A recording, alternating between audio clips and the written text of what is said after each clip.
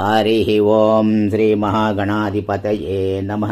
శుక్లాంబరధరం విష్ణుం శశివర్ణం చతుర్భుజం ప్రసన్నవదనం ధ్యాయే సర్వవిఘ్నోపశాంతయే. అగజానన పద్మార్గం గజాననమహర్నిశం అనేకదంతం భక్తానాం ఏకదంతముపాస్మయే.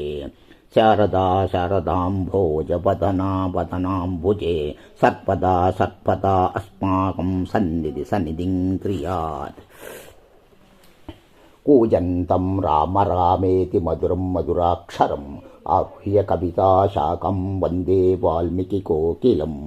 యత్ర యత్ర రఘునాథకీర్తనం తత్ర తత్ర కుసమస్తకాంజలిం బాష్పవారి పరిపూర్ణలోచనం మారుతీం నమత రాక్షసాంతకం.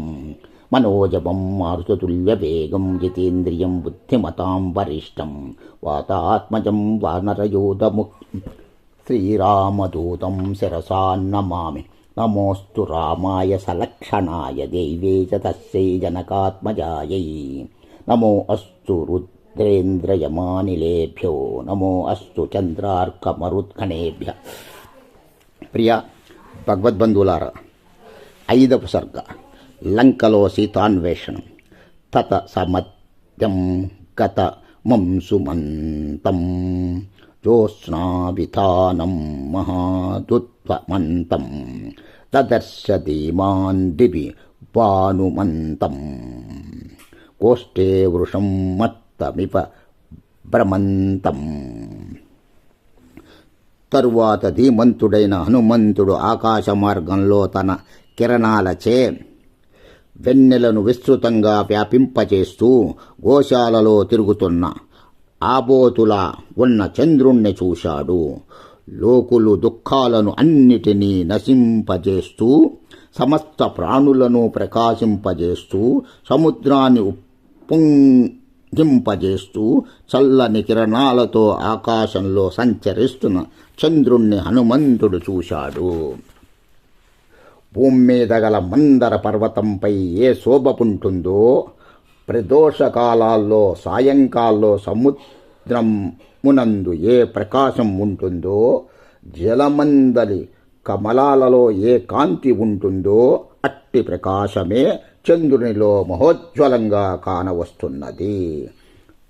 వెండి పంజరంలో ఉన్న హంస ఎలా ప్రకాశిస్తుందో, మందర పర్వత గుహంలోని సింహం ఎలా ప్రకాశిస్తుందో, మదించిన ఏనుగు మీద ఉన్న వీరుడు ఎలా ప్రకాశిస్తాడో ఆకాశంలో ఉన్న చంద్రుడు అలా ప్రకాశిస్తున్నాడు.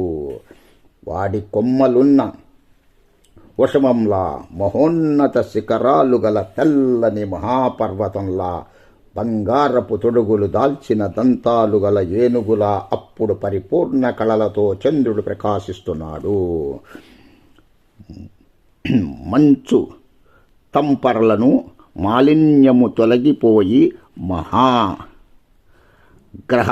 సూర్యుని కిరణాలు తనపై ప్రతిఫలించడం వలన అంధకారమంతా నశించిపోగా గొప్ప కాంతిని పొంది స్పష్టంగా కానవస్తున్న అంకము మచ్చ గలవాడు పూజ్యుడు అయిన ఆ శశాంకుడు చంద్రుడు ప్రకాశిస్తున్నాడు.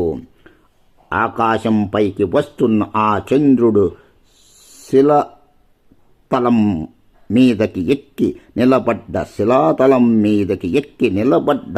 సింహం మల్లే, యుద్ధరంగంలో ప్రవేశించిన గజరాజు మల్లే, రాజ్యాన్ని పొందిన రాజు మల్లే ప్రకాశించాడు.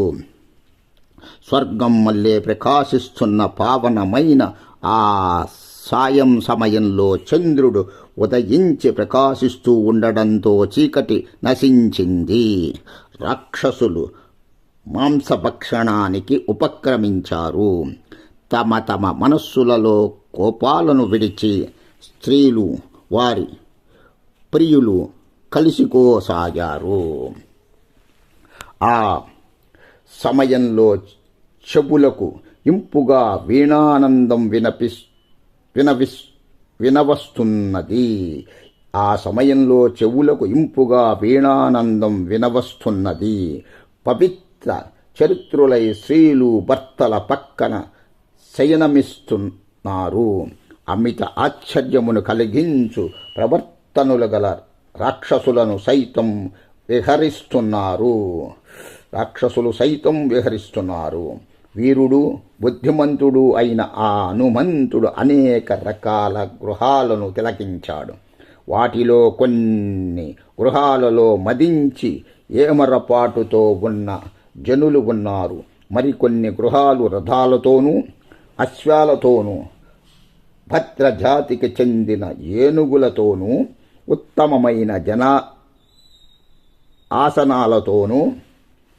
ఉత్తమమైన ఆసనాలతోనూ అలంకరింపబడినవిగా విరాజిల్లుతున్నవి. ఆ గృహాన్ని సిరి సంపదలతో తులతూగుచూ కళకళలాడుచున్నవి. ఆ గృహాలలో వసిస్తున్న రాక్షసులు పరస్పరం హేళన చేసుకుంటూ తమ బలిష్టమైన బాహువులను ఇటు అటు కదుల్చుతున్నారు. కొంతమంది మద్యపానంచే మత్తులై ఎక్కువగా ప్రేలాపనలలో నిమగ్నులై ఉన్నారు. మరికొందరు ఒకరినొకరు ఆక్షేపించుకొనుచున్నారు. ఇలాంటి ధోరణిలో ఉన్న రాక్షసులు హనుమంతుని కంటపడ్డారు. ఓం నమః శివాయ చ నమః శివాయ. 5వ సర్గ లంకలో సీతాన్వేషణం 11 వరకు తెలియజేసినాము. సమస్త సన్మంగళాని భవంతు, సర్వే జనా సుఖినో భవంతు, లోకా సమస్తా సుఖినో భవంతు. ఓం నమః శివాయ చ నమః శివాయ. ఓం శాంతి శాంతి శాంతి.